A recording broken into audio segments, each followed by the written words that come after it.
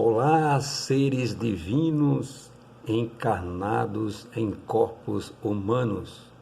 Saudações de paz e muitas felicidades a todos os filhos e filhas de Deus. Doravante será esta a minha saudação, porque acredito que todos somos divinos, individualizados e encarnados em corpos humanos. Pessoal, hoje nós vamos trazer uma revelação bombástica, mas que considero de suma importância para a nossa elevação espiritual. É uma revelação que pode, a princípio, abalar um pouco a sua fé, mas acredito, será, e você deve acreditar também, será um remédio que mais na frente vai ser reconhecido como necessário para o nosso crescimento espiritual. Esta palestra me veio quando eu estava vendo alguma coisa na internet e me deparei com um questionamento de uma pessoa, de um irmão a um pastor, sobre este capítulo que nós vamos ler daqui a pouco. Os nomes desta pessoa serão ocultos por uma questão de princípios, educação e ética. Mas na frente mencionaremos o questionamento do irmão e a resposta do pastor. Afinal, Deus é bom ou cruel? O que é que você acha? O Deus do Antigo Testamento e o de Jesus são os mesmos? Você já parou para fazer esse questionamento? Ou você já percebeu alguma diferença entre o Deus do Antigo Testamento e o Deus de Jesus? Se é, por que será que ele mudou suas atitudes?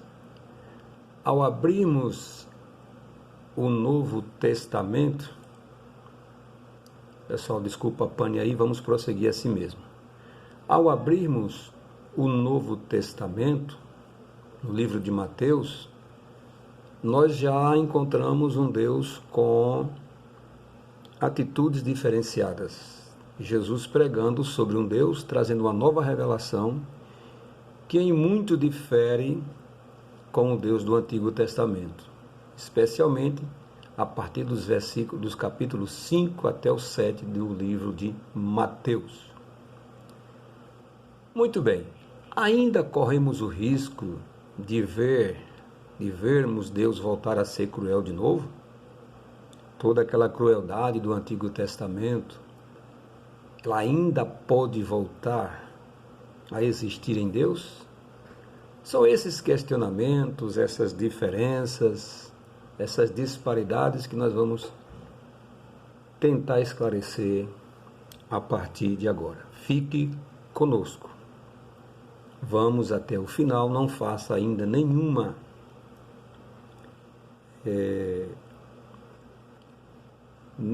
análise, nenhuma resposta imediata, nenhum julgamento antes de finalizarmos este estudo.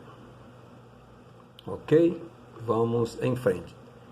Livro de Números, capítulo 31, está escrito assim: E falou o Senhor a Moisés, dizendo: Vinga os filhos de Israel. Muito bem, aqui nós já vemos a princípio, que Deus é vingativo e que ele estava preparando uma vingança contra os inimigos dele e de Israel, seu povo, os midianitas.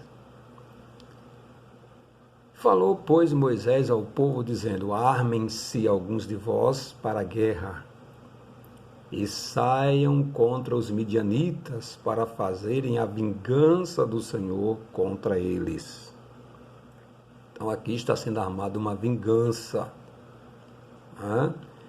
Que não é o que se trata aqui, não é uma questão de defesa, de estar sendo atacado para poder contra-atacar, nada disso. Aqui é planejado, é com dolo, é uma vingança planejada contra os inimigos de Deus e dos israelitas. E Moisés os mandou à guerra, 1000 de cada tribo, e com eles Finéias, filho de Eleazar, o sacerdote, com os vasos do santuário e com as trombetas do alarido na sua mão. Muito bem. E pelejaram contra os midianitas, como o Senhor ordenara a Moisés. Muito bem. E mataram a todos os homens. Gente, foi uma crueldade, foi uma limpeza étnica, foi uma vingança plena, com requintes de crueldade. Não sobrou ninguém, não sobrou nem um homem, aliás. Porém, os filhos de Israel levaram presas as mulheres dos midianitas e as suas crianças. Também levaram todos os seus animais e todo o seu gado e todos os seus bens. Bom, aqui a gente já vê como era e por que era que os israelitas, cresciam, como era que eles eram abençoados fisicamente, como era que eles amontoavam bens para si, como era que economicamente, como era que as suas riquezas eram adquiridas, Isso era fruto do saque, do despojo daqueles que eram vencidos por eles nas guerras. Então aí eles traziam todos os bens dos inimigos vencidos e iam crescendo ali, ficando ricos, saqueando, despojando os vencidos nas batalhas. Uma forma aí de enriquecer, E queimaram a fogo todas as suas cidades e todas as suas habitações e todos os seus acampamentos. Então não era para ficar nenhum vestígio, não era para queimar tudo. As casas, as habitações, as tendas, nada sobrava, a não ser os bens, Os bens ele não tocava fogo, Eles ficavam para eles, era o despojo, o saque. Aqui, tomaram todo o despojo, aqui,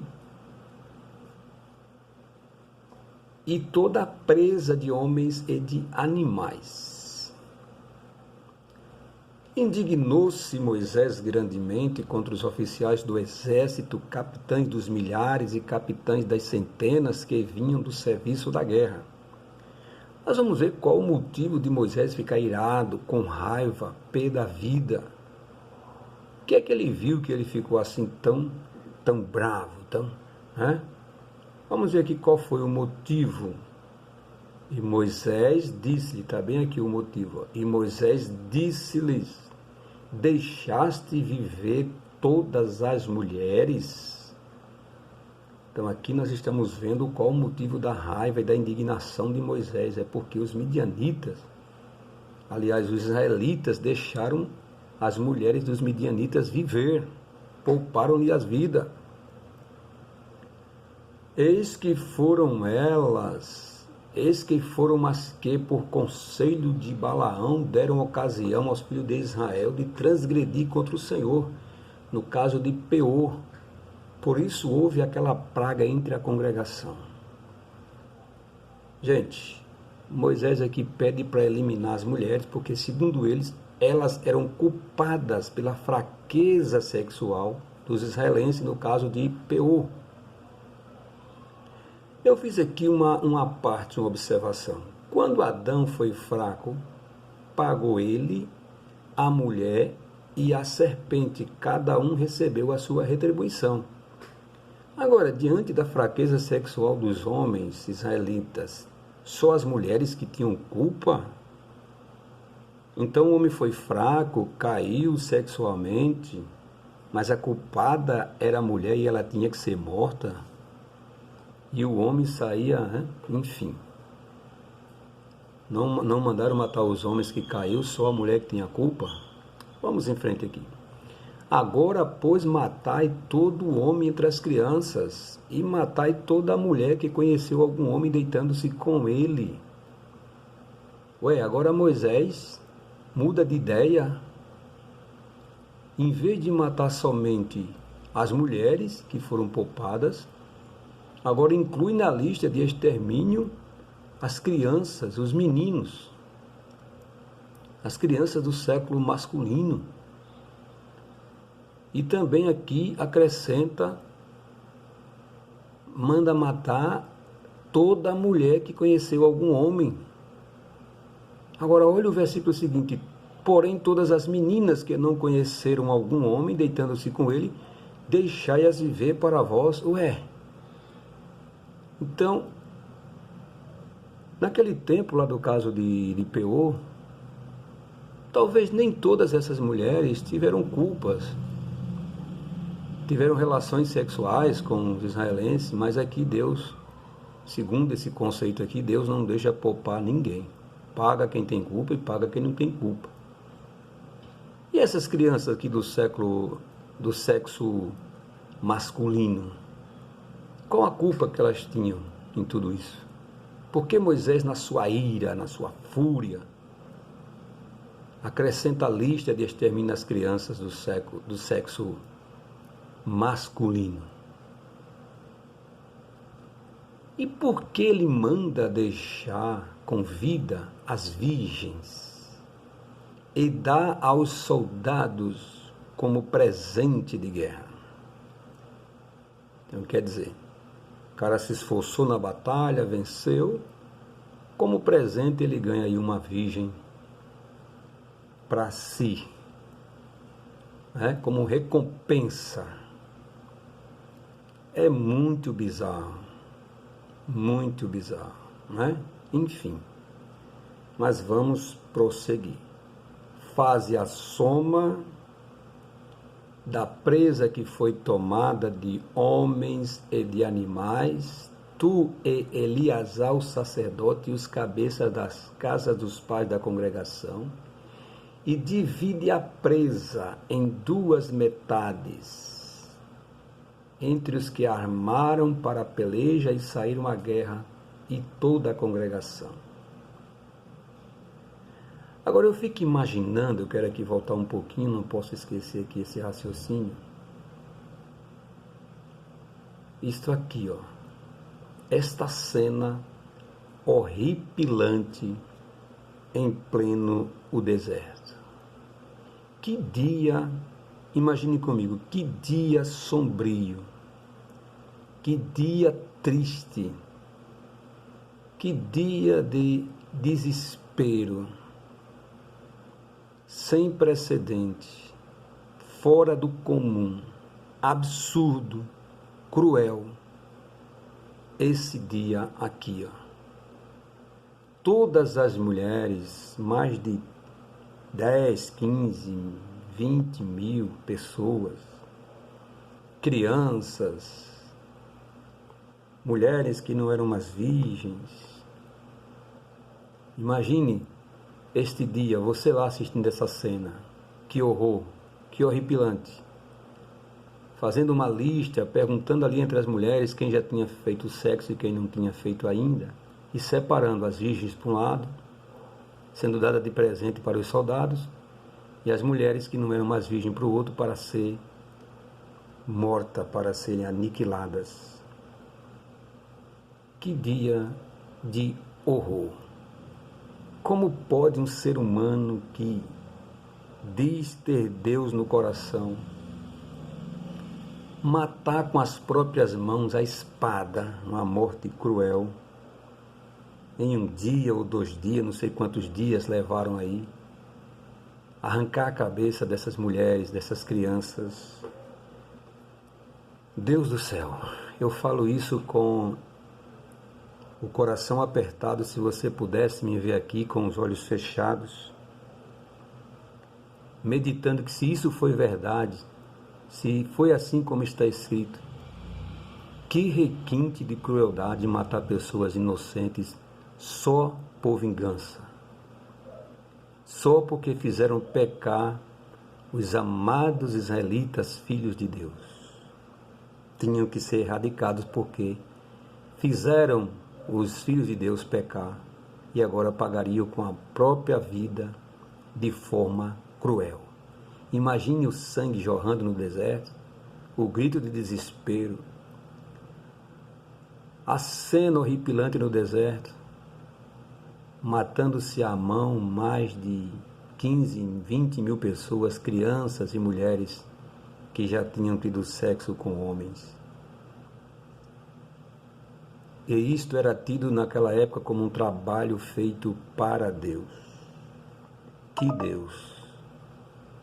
Que Deus! Imagine você comigo. Não estou querendo ser dramático, mas eu estou aqui fazendo uma reflexão sobre o que está escrito. Se isto de fato aconteceu. Que tipo de crente poderia fazer uma coisa dessa? Que tipo de Deus poderia ordenar cenas iguais a essas?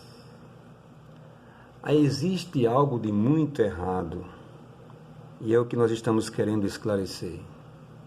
Existe algo de muito errado nesse texto aqui e em vários outros textos que não dá para a gente engolir, porque nós servimos a um Deus que é amor, que é misericórdia, que é compaixão, que é piedade.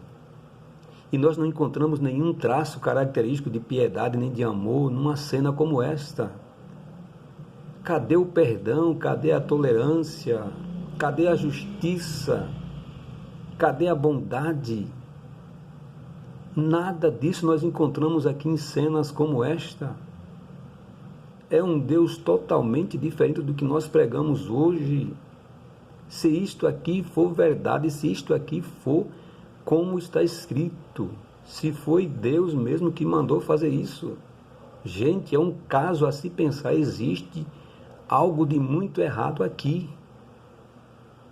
E nós não podemos aceitar isto como se nada de anormal tivesse acontecendo. Nós não podemos fechar nossos olhos, colocar um tapume no olho para não enxergar, para não pensar. As pessoas não querem meditar sobre isso. Elas não querem nem ouvir falar, elas passam de largo em cima desse texto.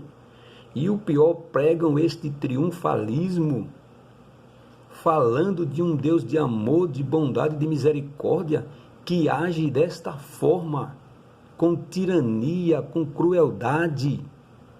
Pelo amor de Deus, pare para pensar nisto. Existe algo de muito errado aqui. Ordenar a morte de crianças inocentes e de mulheres só porque tiveram sexo, fizeram sexo, e poupar as virgens para dar de presente aos soldados como despojo por ter vencido e ter executado a vingança do Senhor. Há algo de muito errado aqui. E o nosso trabalho é denunciar e desmistificar tudo isso. E divide a presa, olha aqui, ó, divide a presa. As pessoas eram colocadas no mesmo patamar dos animais, dos objetos. Ela não era dada como presentes aos israelenses. Divide a presa entre duas metades, entre os que se armaram para a peleja e saíram à guerra, e toda a congregação. Foi a presa restante do despojo que tomaram os homens de guerra, 675 mil ovelhas e 72 mil bois e 61 mil jumentos. E das mulheres, aqui está tudo no meio dos animais, dos bois, tudo aqui, tudo como se fosse objeto. Não se tem nenhum valor aqui, nenhum sentido de valor é dado a essas mulheres, a esses seres humanos. Está sendo aqui dividido como presa, como objeto, como animal, como presente de guerra. Divide a presa, e das mulheres que não conheceram homem algum, deitando-se com ele, todas as almas foram 32 mil. 32 mil mulheres. Já foram mortas umas 20, 30 mil, agora 32 mil foram dadas de presente aos homens, aos soldados, para eles fazerem o que quiserem com elas. Eram apenas objetos, presente. Toma aí essa virgenzinha para você ficar com ela. Pelo amor de Deus. Pelo amor de Deus. Não desse Deus aí, né?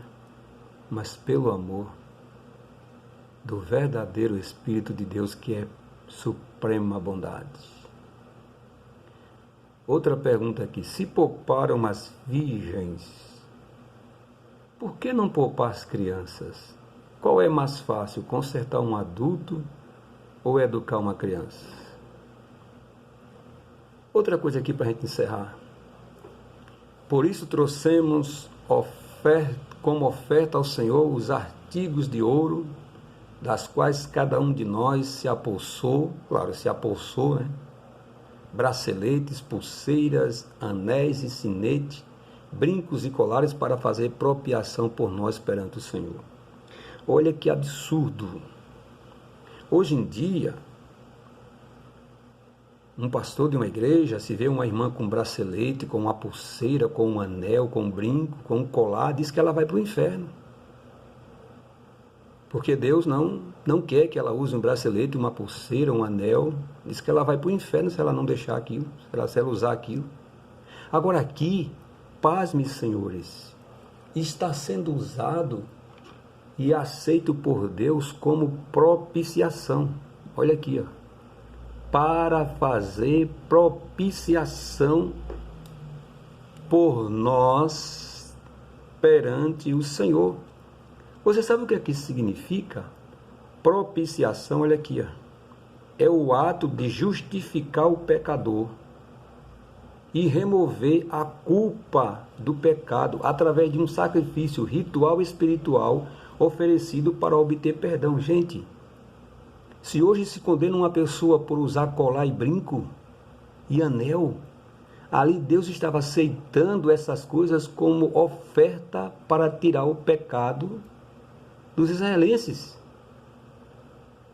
Outra coisa absurda, o cara matou um monte de gente, inclusive inocente, e ficou em pecado. Agora pega os objetos saqueados e oferece para ser perdoado. Vai entender um negócio desse? Vai entender uma ideologia dessa? Bom, pessoal, eu não me sinto bem de jeito nenhum em fazer isso. Mas a verdade é para os verdadeiros. Até daqui a pouco, até o próximo vídeo para a gente finalizar esta parte. Fique conosco.